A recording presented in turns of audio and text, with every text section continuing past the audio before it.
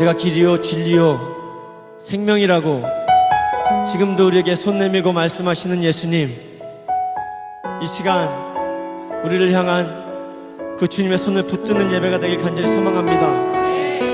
그래서 주님 걸으신 서망의 빛을 따라 우리도 예수의 길을 걷겠노라고 믿음으로 순종하며 주 앞에 나아갈 수 있도록 인도하여 주시옵소서. 아멘.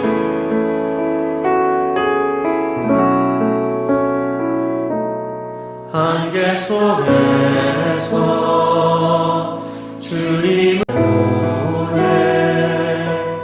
아무도 없을 것 같아 그곳에서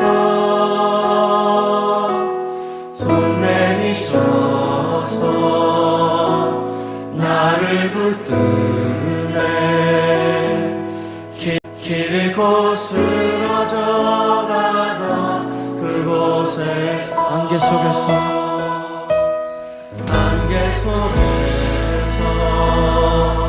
주님을 보내 아무도 없을 것 같은 곳에서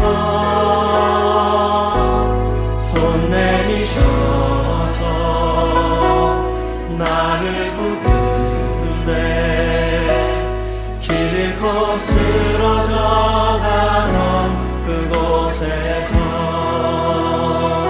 주 말씀하시네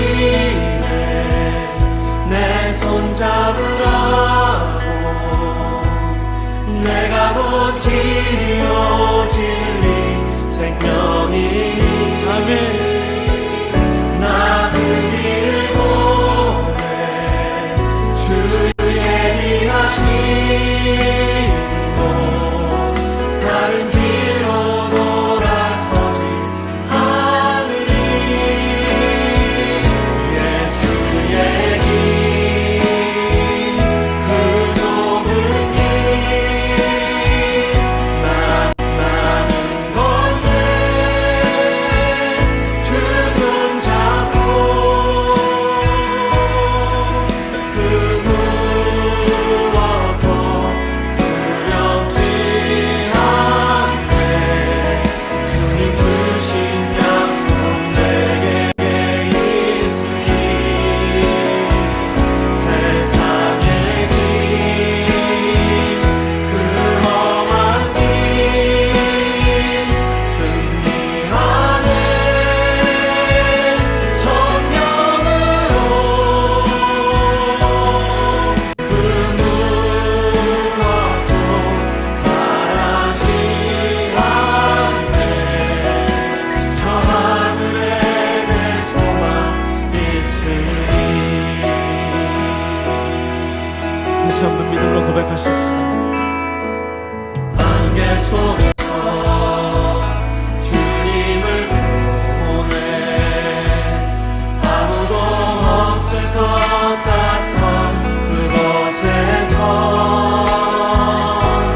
손 내미셔서 나를 붙드네 길 잃고 쓰러져가던 그곳에서 말씀하시고 주 말씀하시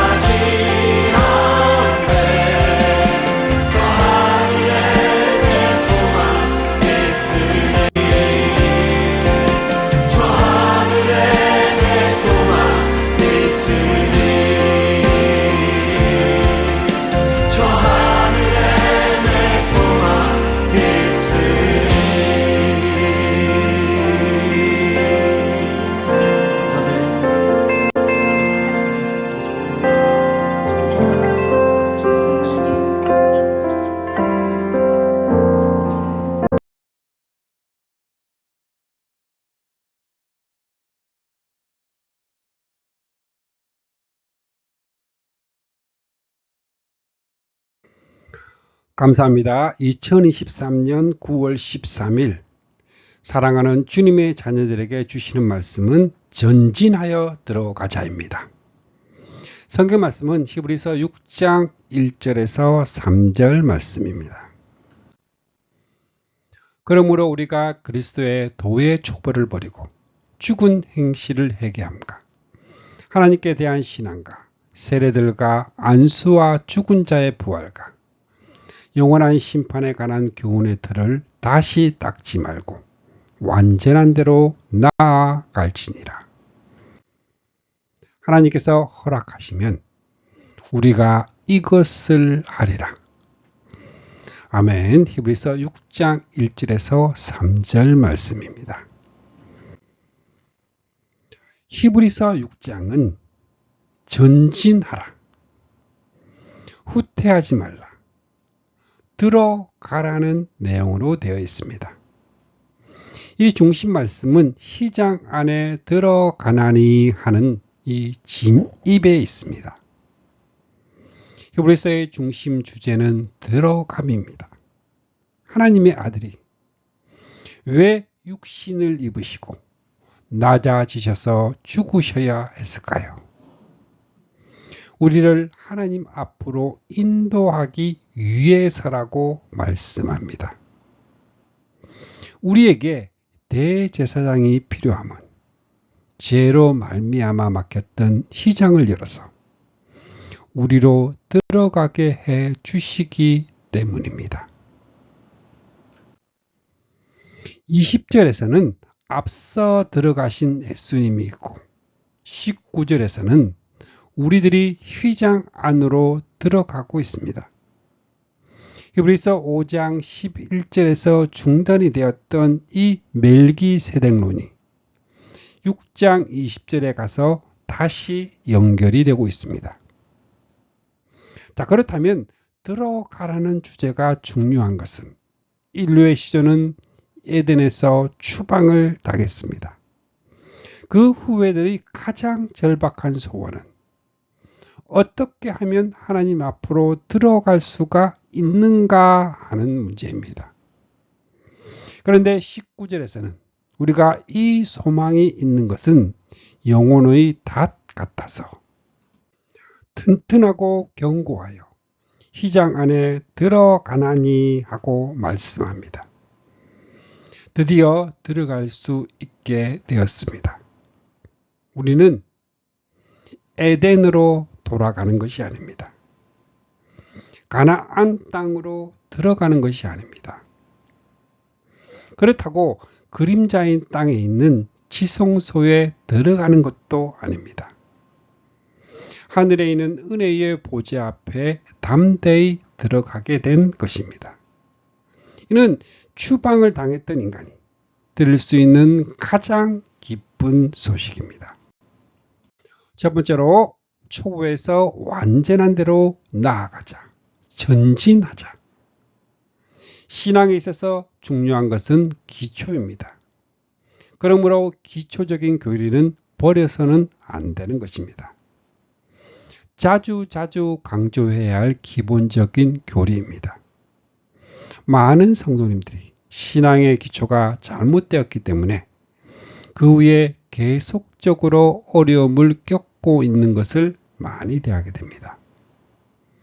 말하자면 첫 단추를 잘못 끼웠기 때문에 옷이 뒤틀리는 것에 비할 수가 있습니다. 히브리서 6장 1절에서 2절 말씀에 그러므로 우리가 그리스도의 촉벌을 버리고 죽은 행실을 회개함과 하나님께 대한 신앙과 세례들과 안수와 죽은 자의 부활과 완전한 대로 나아갈지니라. 히브리서의 1차 독자들은 기초 교리에 문제가 없었을까요? 히브리서 5장 12절 말씀에 이에 대해서 이의를 제기하고 있습니다. 때가 오래되었으므로 너희가 마땅히 선생이 되었을 터인데 너희가 다시 하나님의 말씀의 초보에 대하여 누구에게 가르침을 받아야 할 처지이니 그들의 신앙의 기초가 허약함을 지적하고 있습니다. 그렇다면 그리스도의 초보를 버리고 해서 버려야 할 초보는 무엇을 의미할까요? 이는 히브리서 전체의 말씀을 통해서 볼 때 저들이 기독교로 개종하기 이전에 유대교에서 배웠던 율법과 예법 등을 의미합니다. 다시 말하면 구약 성경을 통해서 예시하신 모형, 그림자, 예표 등입니다. 그리스도의 도에 완전한 데 나아가지 못하고 십자가 대속의 은혜로 구속, 곧 제사함 받은 것에만 머물러 있음을 지적하는 말씀입니다. 의의 말씀을 경험하고 분별하려면 그리스도 도의 촛불을 버리고 죽은 행실을 회개하며 하나님께 대한 신앙과 세례들과 안수와 죽은 자의 부활과 영원한 심판에 관한 교훈에 다른 말씀을 더하지 말고 완전한 데 나아가야 합니다. 히브리서 1차 독자들은 오늘날의 불신자들과 같이 교회에 나와서 처음으로 성경의 가르침을 받은 사람들이 아닙니다. 그들 머릿속에는 어려서부터 가르침을 받은 조상들의 내력과 규례와 예법 등으로 꽉 차 있었습니다. 왜 그들이 유대교로 다시 돌아가려고 할까요? 이 초보를 탈피하지 못했기 때문입니다. 그 한 예를 예루살렘 종교회의를 통해서 볼 수가 있습니다. 바리새파에 속해 있다가 신도가 된 사람들 몇이 일어나서 이방인이라 할지라도 신도가 된 이상 모세의 가르침대로 할례를 받고 유대인의 간습과 의식을 빠짐없이 다 지켜야 한다고 주장하였습니다. 바리새인이었다가 개종한 이 사람들도 초보를 버리지 못한, 즉 떠나지 못한 상태입니다. 그렇다면 이들을 왜 그리스도의 초보라고 할까요? 구원은 유대 사람들에게서 났기 때문이라 하신 대로 유대교는 기독교의 뿌리였기 때문입니다. 구약 성경이라는 뿌리가 없이는 신약 성경이라는 싹은 날 수가 없습니다. 반면에 신약 성경 없이 구약 성경은 온전할 수가 없습니다. 그래서 히브리서 서두에서 옛적의 선지자들을 통하여 여러 부분과 여러 모양으로 우리 조상들에게 말씀하신 하나님이 이 모든 날 마지막에는 아들을 통하여 우리에게 말씀하셨으니 그러나 모형, 그림자, 예표 등은 개혁할 때까지 맡겨두었습니다. 참 것으로 개혁이 되었는데도 유대교적인 교훈에 머물러 있는 자들에게 초보를 버리고 완전한 데 나아가라고 촉구합니다. 이 점을 사도 바울은 오늘까지도 그들은 모세의 글을 읽을 때 마음이 꽉 닫혀 있어 십계명을 지키는 것만이 구원받는 길이라고 믿고 있었다고 말씀합니다. 수건이 모세의 얼굴에서 바라던 강체를 가리듯이 초보에 머물러 있기 때문에 그리스도의 영광의 복음의 강체를 보지 못하고 옛날로 돌아가려 한다는 것입니다. 그들을 향해 나아갈지니라 전진하라고 합니다. 신앙에 있어서 현상 유지는 있을 수 없습니다. 전진 아니면 후퇴가 있을 뿐입니다. 히브리서 6장 1절에서 3절 말씀에서는 전진할 것을 권하고 4절에서 8절 말씀에서는 후퇴 상태에 대해 경고하고 있습니다. 첫 번째로 초보를 버리고, 초보적인 교리로 열거한 6가지 교리들은 둘씩 짝을 이루고 있습니다. 회개와 신앙은 하나님과의 관계성에 대한 교리요. 세례들과 안수는 교회 공동체와 관련된 것이고, 부활과 심판은 미래에 있을 종말적인 교리입니다. 이 6가지는 대단히 중요한 교리입니다. 그런데 기독교의 기본 교리인 대속과 칭의와 중생 등은 전혀 언급하고 있지 않습니다. 그러므로 6가지 교리를 기독교의 초보, 즉 기초 교리입니다. 그것은 기독교로 개종하기 이전에 그들이 가지고 있던 유대교적인 교훈들입니다. 죽은 행실을 회개함, 절제입니다. 계시록 3장 1절, 내가 내 행위를 아노니 내가 살았다 하는 이름은 가졌으나 죽은 자로다. 디도서 1장 16절, 그들이 하나님을 시인하나 행위로는 부인하니. 죽은 행실은 고린도전서 10장 1절에서 13절에 우상 숭배와 간음과 주를 시험하는 것, 원망하는 것을 말합니다. 하나님께 대한 신앙, 즉 의의 말씀은 사도행전 24장 24절에서 25절, 의, 마태복음 21장 32절의 의의도, 베드로후서 2장 21절의 의의도입니다. 그보다는 유대교에서 조상의 유전을 따라 행하던 여러 가지 결례들을 의미한다고 볼 수 있습니다. 버리고 거기서 떠나서라는 뜻입니다. 기독교는 율법이나 선지자를 폐하라고 세워진 것이 아닙니다. 오히려 완전하게 하기 위해서라고 말씀합니다. 그래서 교훈의 털을 다시 닦지 말고 완전한 대로 나아갈지니라 말씀하고 있습니다. 두 번째, 완전한 데 나아가자.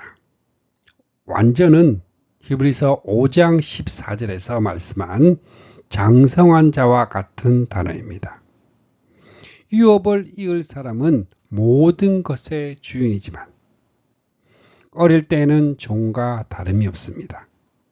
다시 말해서 율법은 그리스도께서 오셔서 우리의 믿음을 통하여 하나님과 올바른 관계를 세워주기 전까지 우리의 교사이며 안내자였습니다. 그러나 언제까지나 선생 밑에 머물러 있어서는 안 됩니다. 완전한 대로 나아가는 자, 즉 성숙한 자가 되어야 합니다. 두 번째로 완전한 데 나아가자. 완전은 히브리서 5장 14절에서 말씀한 장성한 자와 같은 단어입니다. 유업을 이을 사람은 모든 것의 주인이지만 어릴 때에는 종과 다름이 없습니다.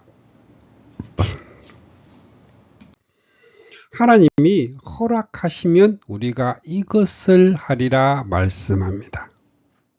이는 하나님이 허락하지 않을지도 모른다는 뜻이 아니라 하나님이 역사하시면 초보를 버리고 완전한 대로 나아갈 수가 있다는 뜻입니다.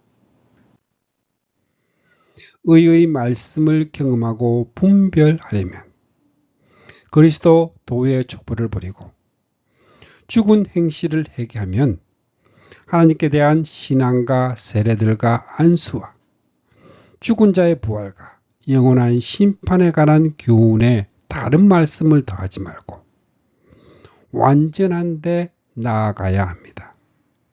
이는 고린도전서 3장 6절에서 7절에서 오직 하나님께서 자라나게 하셨나니 그런즉 심는 이나 물 주는 이는 아무것도 아니로되 오직 자라게 하시는 이는 하나님 뿐이니라 말씀과 같은 뜻입니다.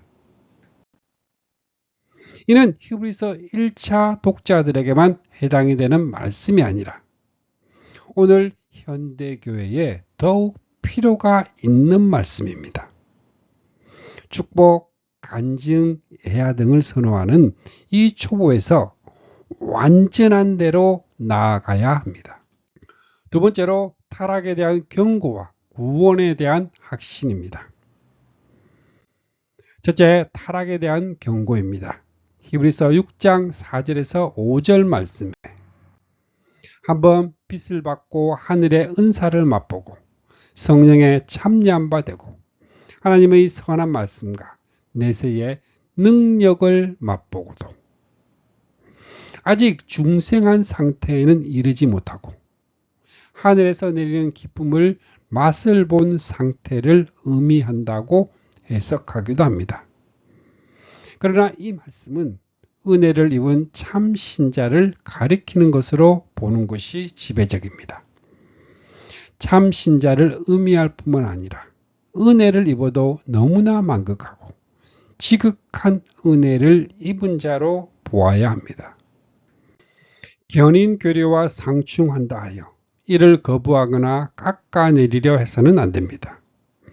허물과 죄로 죽어서 에스겔 꼴짜기의 마른 뼈와 같았던 심령이 복음을 이해하고 하늘에서 내리신 기쁨을 맛보았고 성령도 받았습니다.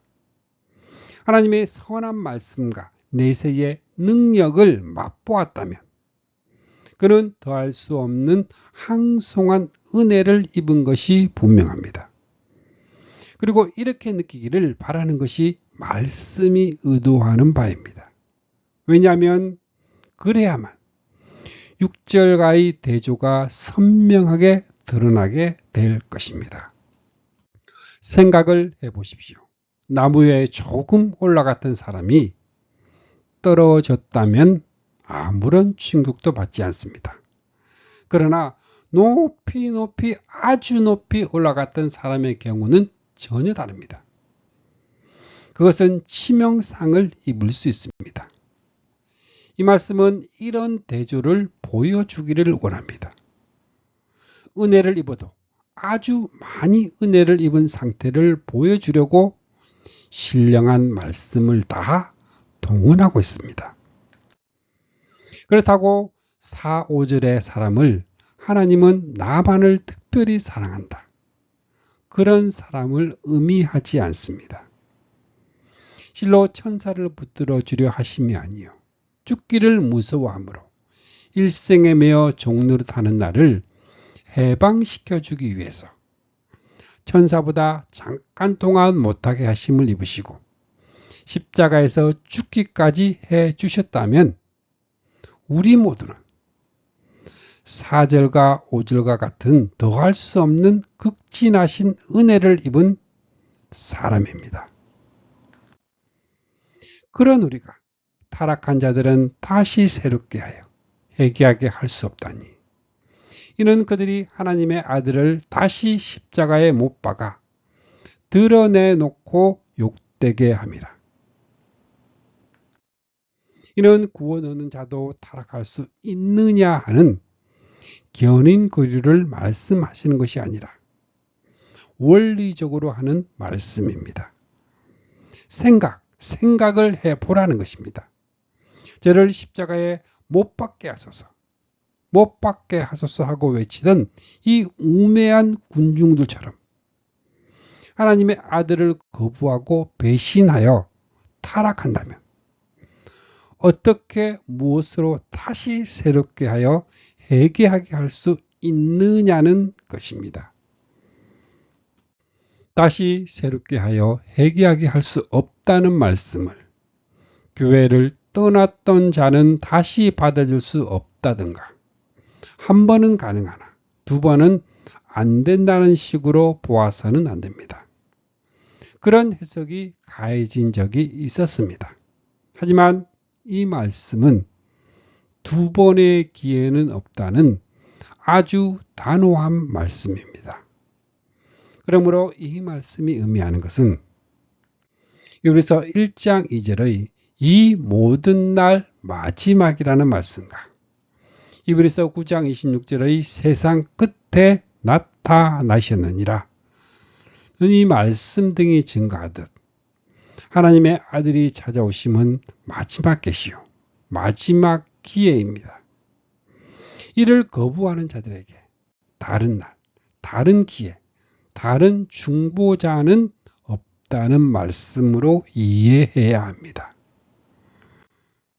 물론 어떤 신자가 탕자처럼 잠시 아버지 집을 떠나고 오네시모처럼 주인을 버리고 도망칠 수도 있습니다.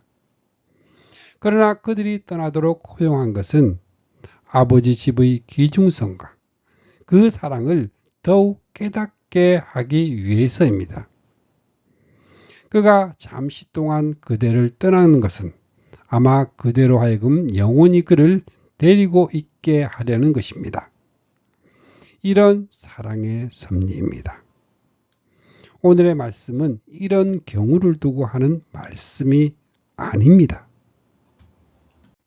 히브리서 6장 7절에서 8절 말씀에 땅이 그 위에 자주 내리는 비를 흡수하여 밭가는 자들이 쓰기에 합당한 채소를 내며 하나님께 복을 받고 만일 가시와 엉겅퀴를 내며 버림을 당하고 저주함에 가까워 그 마지막은 불사름이 되리라. 밭의 예하에 나타나 있습니다. 두 경우를 비교해서 보여주고 있는데 이는 채소와 엉겅퀴, 복과 불사름을 비교하여 그 마지막이 다르다는 종말론적인 말씀입니다. 8절에 불사름이 마지막에 있을 최종적인 심판을 의미한다면 7절의 복도 마지막에 얻을 구원의 복을 의미하고 있음이 분명합니다. 그러므로 히브리서 6장 4절에서 6절의 상태는 일시적인 타락이 아니라 영구적인 배교를 가리키는데 그럴 경우에는 다른 소망이 없음을 경고합니다. 또 한 가지 명심해야 하는 것은 오늘의 말씀이 은혜를 받고 구원 얻었던 사람도 영원히 타락할 수 있느냐는 견인 교리를 다루고 있는 말씀이 아닙니다. 이 말씀은 예수 그리스도의 십자가를 떠나서는 다른 구원이 없다는 일반적인 경고입니다. 히브리서의 중심 주제는 우리가 믿는 도리의 사도시며 대제사장이신 예수님을 깊이 생각하라. 믿음의 주요 또 온전하게 하시는 이인 예수님을 바라보자. 이 말씀에서 알 수 있듯이 예수 그리스도입니다. 예수님을 믿으면 구원이 있고 예수님을 떠나서는 구원이 없다는 핵심적인 메시지입니다. 선지서들을 보아도 앞에 부분은 죄에 대한 경고요. 뒤에 부분은 자기 백성에 향한 위로와 격려로 되어 있습니다. 이것은 다름 아닌 하나님 아버지의 마음이기도 합니다. 자, 히브리서의 패턴도 동일합니다. 히브리서 6장의 구조도 경고 뒤에 위로와 격려와 확신을 주는 구조입니다. 신앙생활에 있어서 좌로나 우로나 치우치지 아니하고 균형과 조화를 유지해 나간다는 것은 대단히 어려운 일이지만 그만큼 중요한 요점입니다. 히브리서의 경고와 격려가 함께 나타나고 있는 몇 곳을 예를 들어 살펴보겠습니다. 히브리서 2장 1절 우리가 흘러 떠내려가지 않도록 함이 마땅하니라 경고로 시작합니다. 17절에 백성의 죄를 속량하려 하심이라. 18절에 능히 도우실 수 있느니라 하는 격려로 마치고 있습니다. 그리고 히브리서 4장 1절도 혹 이르지 못할 자가 있을까 함이라 하는 경고로 시작하였으나 16절에 은혜의 보좌 앞에 담대히 나아갈 것이니라 격려로 마칩니다. 히브리서 6장 6절에서도 타락한 자들은 다시 새롭게 하여 회개하게 할 수 없나니 하는 경고로 시작하여 19절에 우리가 이 소망을 가지고 있는 것은 영혼의 닷 같아서 튼튼하고 견고하여 시장 안에 들어가나니 격려로 끝을 맺고 있습니다. 히브리서 10장 26절에서 27절에서도 다시 속지 않은 제사가 없고 대적하는 자를 태울 맹렬한 불만 있으리라 무서운 경고가 있습니다. 19절 말씀에는 그러므로 형제들아 우리가 예수의 피를 힘입어 성소에 들어갈 담력을 얻었나니 하는 소망과 격려도 함께 있습니다. 이 두 가지를 함께 주셔서 좌로나 우로나 치우침이 없이 너희 발을 위하여 곧은 길을 만들어 저는 다리로 하여금 어그러지지 않고 고침을 받게 하라 하신 하나님을 찬양합시다. 이제 두 번째로 구원에 대한 확신입니다. 히브리서 6장 9절에서 12절의 말씀은 6장 1절에서 8절 말씀에 제기되었던 은혜 입은 자도 타락할 수 있느냐는 의문의 답을 제공해 줍니다. 한마디로 그렇지 아니합니다. 구원에 속한 것이 있음을 확신하노라 말씀합니다. 무서운 경고를 하신 성령님께서는 사랑하는 자들아 하고 지극히 인자한 음성으로 부르고 계십니다. 이런 호칭은 히브리서 전체에서 이곳에 단 한 번만 나타나는 호칭입니다. 사랑하는 자들아 우리가 이같이 말하나 너희에게는 이보다 더 좋은 것 곧 구원에 속한 것이 있음을 확신하노라. 자, 우리말 성경에는 나타나 있지 않지만 원문에는 그러나 하고 앞에서 말씀한 것을 뒤집는 접속사로 시작이 됩니다. 그러나 우리가 이같이 말하나 4절에서 8절에 말씀한 두려운 경고를 가리킵니다. 두려운 경고를 하고 난 히브리서 기자는 너희에게 이보다 더 좋은 것, 곧 구원에 속한 것이 있음을 확신하노라 말씀해 줍니다. 이 한마디 말씀이 앞에서 의아해야 하던 모든 의구심을 말끔히 씻어줍니다. 확신한다는 말은 그들을 구원하려고 택하시고 부르신 하나님께 대한 확신일 뿐만 아니라 우리 성도님들이 믿는다는 확신입니다. 그렇다면 앞으로 말씀한 경고는 목회자로서 성도들을 사랑하기 때문에 일반적인 경고를 하였습니다.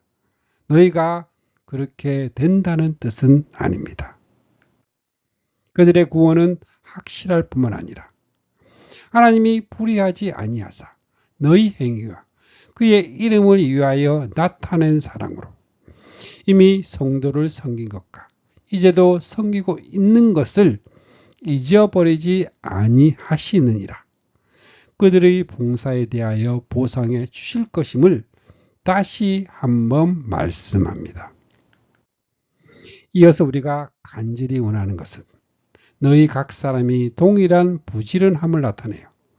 끝까지 소망의 풍성함에 이르러 게으르지 아니하고 믿음과 오래 참으로 말미암아 약속들을 기업으로 받는 자들을 본받는 자 되게 하려는 것이니라. 우리가 간절히 원하는 것은 하고 그들을 향한 간절한 소원과 기대하는 것이 있다고 말씀합니다. 이는 그들의 한 현재 신앙 상태가 전적으로 만족할 만한 상태가 아닙니다. 소원하는 것을 두 가지로 요약을 할 수 있습니다. 첫 번째는 부지런하라. 이번에는 부정적으로 게으르지 아니하고 재차 강조합니다. 거짓말 같은 것은 해서는 안 될 죄인 줄 알고 있으나 믿는 자에게 게으름이 얼마나 치명적인 병인지를 인식하지 못한 것입니다. 조금만 더 자야지. 조금만 더 눈을 붙여야지. 조금만 더 팔을 베고 누워 있어야지 하면 내게 가난이 강도처럼 들이닥치고 엄청난 군대가 몰려와 모든 것을 빼앗아 간 것처럼 가난뱅이가 되리라 경고합니다. 육적으로도 빈궁해지거니와 더욱 치명적인 것은 영적인 빈궁입니다.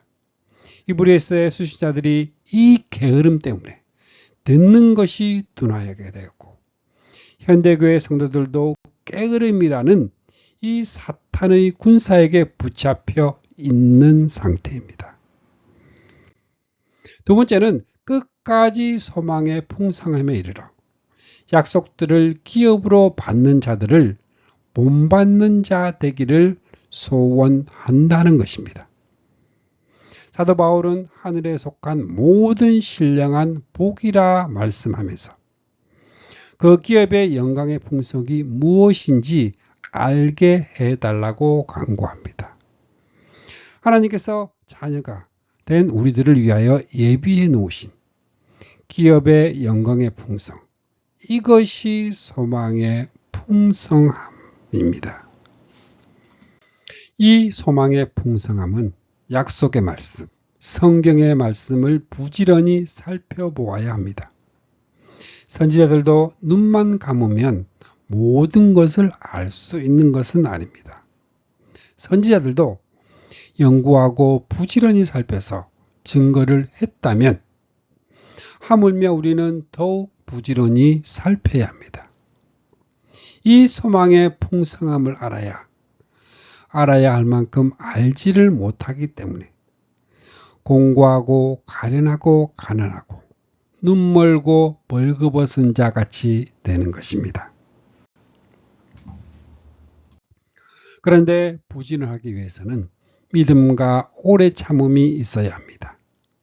자, 어떤 분은 시작은 참 잘하는데 오래 참음이 없어서 얼마 가지 않아서 중단하고 마는 것을 봅니다. 그러지 말고 시작이나 중간이나 끝이 동일한 부지런을 나타내어 끝까지 소망의 풍성함에 이르러 믿음과 오래 참음으로 이 약속들을 기업으로 받는 자가 되기를 간절히 부탁드립니다. 왜냐하면 신앙의 결정점은 약속들을 기업으로 받는 데 있기 때문입니다. 히브리서 기자는 약속이라는 말씀에 이르자 하나님이 아브라함에게 약속하실 때에, 왜냐하면 아브라함은 믿음과 오래 참음으로 약속을 기업으로 받은 본이 되었습니다. 우리 주감사교회 모든 성도님들도 아브라함과 같이 오래 참음으로 약속을 기업으로 받으시는 축복받는 주님의 자녀들이 되시기를 축복합니다. 아멘.